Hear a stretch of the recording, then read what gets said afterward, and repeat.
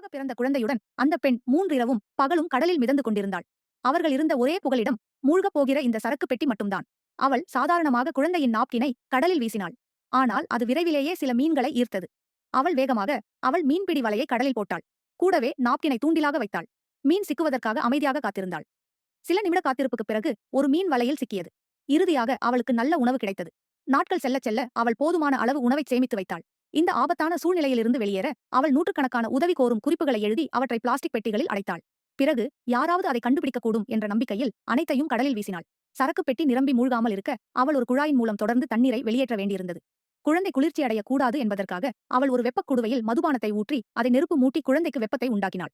அவளது கைபேசியின் திரை உடைந்ததால் அதை திறக்க முடியவில்லை. எனவே கணவன் அழைப்பார் என்று அவள் காத்திருக்க வேண்டியிருந்தது. ஆனால் அன்றிரவு கணவன் தன்னை சுட்டதாகவும் உயிருக்கு ஆபத்தான நிலையில் இருப்பதாகவும் அவளை காப்பாற்ற வர முடியாது என்றும் ஒரு மோசமான செய்தியை அவளுக்குச் சொன்னார். அவள் தைரியமாக வாழச் சொல்லி அழுதார். இதைக் கேட்ட பெண் மிகவும் சோகமானாள். ஆனால் அவள் புகார் செய்யவில்லை. அதற்கு பதிலாக குழந்தை பிறந்த விவரத்தை கணவனிடம் சொன்னாள். பின்னர் கணவனை குழந்தையிடம் சில அன்பான வார்த்தைகளை பேசச் சொன்னாள். மேலும் குழந்தைக்கு நூனோ என்று பெயரிட்டாள். பிறகு பேட்டரி தீர்ந்து போனதால் இருவருக்கும் தொடர்பு துண்டிக்கப்பட்டது. சில நாட்களுக்கு பிறகு நீர்மட்டம் உச்சத்தை அடைந்ததால் மோசமானதற்கு கூட அவள் தயாராக வேண்டியிருந்தது. அவள் மரப்பலகைகள் மற்றும் பிளாஸ்டிக் பெட்டிகளைக் கொண்டு ஒரு சிறிய படகைச் செய்தாள்.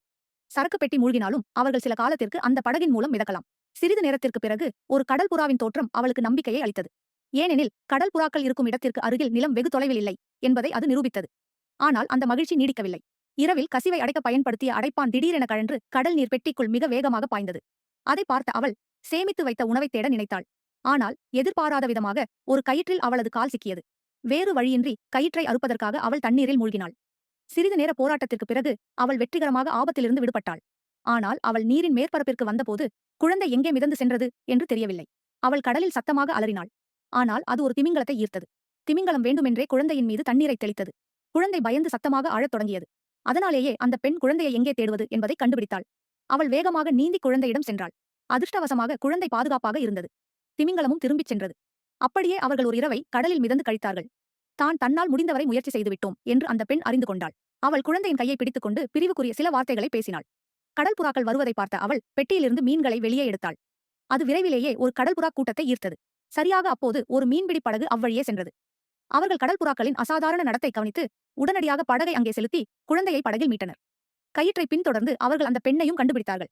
ஆனால் அந்த நேரத்தில் அவள் உயிருக்கு போராடிக் கொண்டிருந்தாள். நல்ல வேளையாக இரக்கமுள்ள மீனவர்கள் அவளை கைவிடவில்லை. சிறிது நேர தீவிர சிகிச்சைக்குப் பிறகு இறுதியாக அப்பெண்ணையும் காப்பாற்றினார்கள். ஒரு பெண் ஒரு மாதம் முழுவதும் கடலில் மிதந்து தனது அசைக்க முடியாத விடாமுயற்சியால் குழந்தையை காப்பாற்றி உயிர் பிழைத்தது கற்பனை செய்ய முடியாதது. தாய்மையின் மகத்தான சக்திக்கு நாம் தலைவணங்க வேண்டும்.